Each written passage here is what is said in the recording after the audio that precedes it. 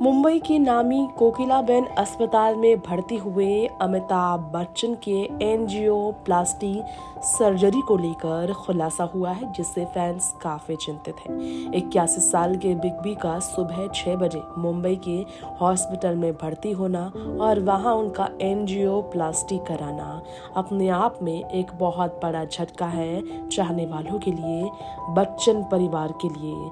अमिताभ ने इसके बाद ट्विटर पर लिखा इनग्रेटिट्यूड एवर। जी हाँ, इसमें उन्होंने लिखा आपका हमेशा आभार, यानी कि हॉस्पिटल वालों के लिए, डॉक्टरों के लिए अमिताभ बच्चन के ये शब्द है जो कि सर्जरी के बाद अपने शुभ चिंतकों का भी आभार जता रहे हैं और उनका इलाज कराने वालों का आभार जता रहे हैं। 2018 की फिल्म थग्स ऑफ हिंदुस्तान में एक एक्शन सीन करते समय कंधे पर उनकी चोट आई थी। कि आपको मालूम है, यह चोट गंभीर नहीं थी, लेकिन बॉडी डबल का इस्तेमाल करने की सलाह दी गई थी उन्हें, लेकिन फिर भी उन्होंने ये सीन खुद करने का तय किया था। और इसके बाद उनकी हालत काफ़ी दर्द भरी हुई थी। कि आप सबको मालूम है, पिछले कुछ सालों से ही अमिताभ बच्चन काफ़ी तकलीफ में हैं। 2018 यानी कि बता रहे हैं, वहीं से उन्हें फिर से दर्द मिलना शुरू हुआ है। लगभग 6 साल होने जा रहे हैं अमिताभ बच्चन को, कभी फिल्म के सेट पर चोट तो कभी केबीसी के सेट पर चोट। इससे के बाद केबीसी 14 की शूटिंग के दौरान भी उनके पैर की नस कट गई थी और इसके बाद काफ़ी ज़्यादा उन्हें दर्द हुआ था, रेस्ट पर रहना पड़ा था।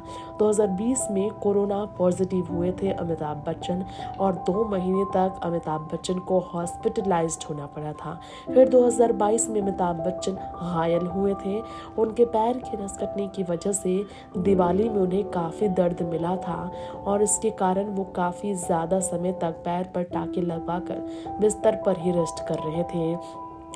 हेपेटाइटिस बी से संक्रमित व्यक्ति के ब्लड को लापरवाही से बिग बी को चढ़ाया गया था। आपको याद हो तो अमिताभ बच्चन इस बारे में साल 2000 में बता चुके हैं। हेपेटाइटिस बी उन्हें होने की जानकारी मिली थी। इस बीमारी के नतीजे के कारण उन्हें काफ़ी तकलीफ हुई थी। फिल्म कूली के सेट पर हादसे के दौरान अमिताभ बच्चन को खून की ज़रूरत पड़ी थी, तब ब्लड डोनर की भीड़ लग गई थी।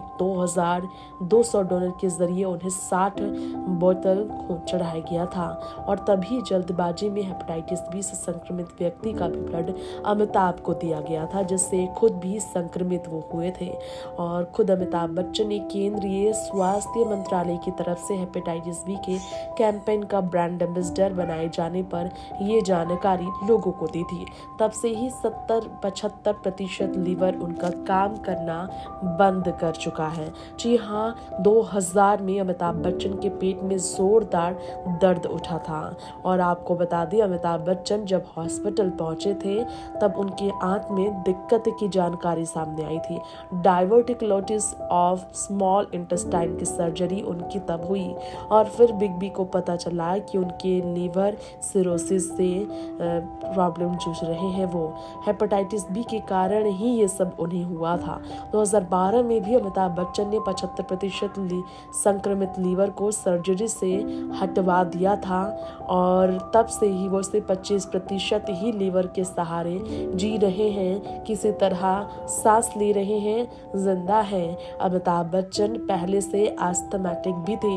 लीवर प्रॉब्लम, निमोनिया से जूझते हुए अमिताभ को कितनी समस्याएं रही, इसकी कोई गिनती नहीं है। अमिताभ की लीवर की समस्या तो थी ही, वो भी फिल्म कूली के सेट पर हुए हादसे से पहले से ही। इसके अलावा अस्थमैटिक भी थे वो। ऑपरेशन के अगले ही दिन उन्हें निमोनिया हो गया था और उनकी हालत और बिगड़ गई थी। बेंगलोर में इलाज के दौरान एयरबस से उन्हें मुंबई लाया गया था। क्रेन से उन्हें ब्रिच कैंडी हॉस्पिटल में स्ट्रेचर पर शिफ्ट किया गया था। 8 अगस्त को उनका दोबारा हॉस्पिटल में इलाज हुआ था। हॉस्पिटल के बाहर उनके चाहने वाले 24 घंटे भीड़ से उन्हें एक झलक देखने के लिए तड़पते रहते थे। पूरे देश में कहीं कहीं पूजा करवाई जा रही थी तो कहीं यज्ञ। महानायक अमिताभ के बारे में खुद जया बच्चन ने बताई थी कि कैसे सिद्धि विनायक मंदिर वो गई थी और जब वो पहुंची तो उन्होंने देखा कि कई लोग बिग बी के लिए वहां पहले से ही प्रार्थना कर रहे थे।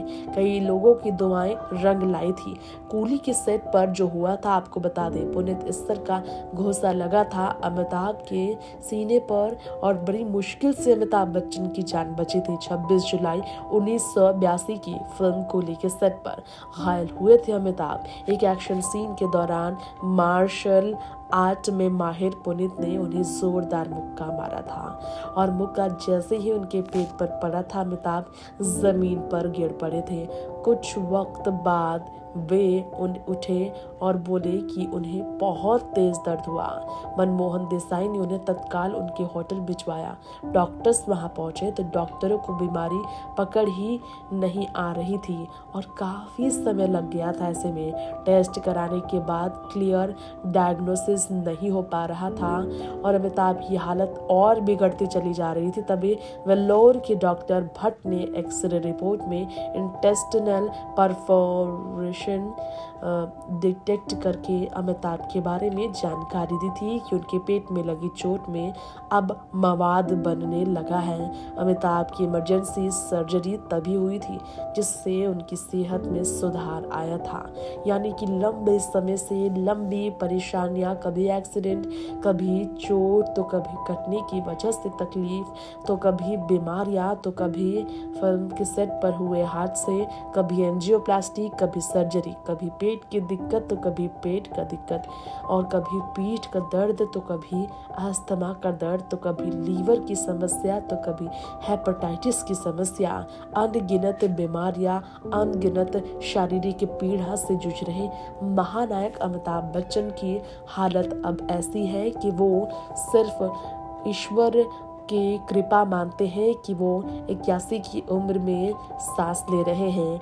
इस उम्र में भी लगातार काम करने वाले अमिताभ फिल्म के सेट पर, अपने शो के सेट पर, अपने ऑफिस में, अपने क्रिकेट ग्राउंड, स्टेडियम में, हर जगह दिखते हैं। अवार्ड फंक्शंस में, लोगों के बीच, उनके फैमिली फंक्शंस में। अमिताभ को रिसेंटली गुजरात के जामनगर में भी मुकेश अंबानी के बेटे राधिका अनंत अंबानी और राधिका मर्चेंट के प्री वेडिंग में स्पॉट किया गया था, जहां महानायक अमिताभ बच्चन काफी ज्यादा ही खुश थे।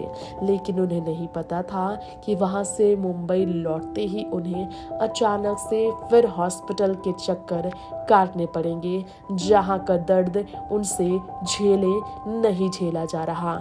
नेक्स्ट 9 लाइव से तृप्ति की रिपोर्ट के साथ बता दे, इस वक्त अमिताभ की सर्जरी सफल हुई है, एंजियोप्लास्टी सफल हुई है। फिलहाल वो हॉस्पिटल में रेस्ट कर रहे हैं और लोगों से उनकी सेहत के लिए सलामती की दुआएं मांग रहे हैं।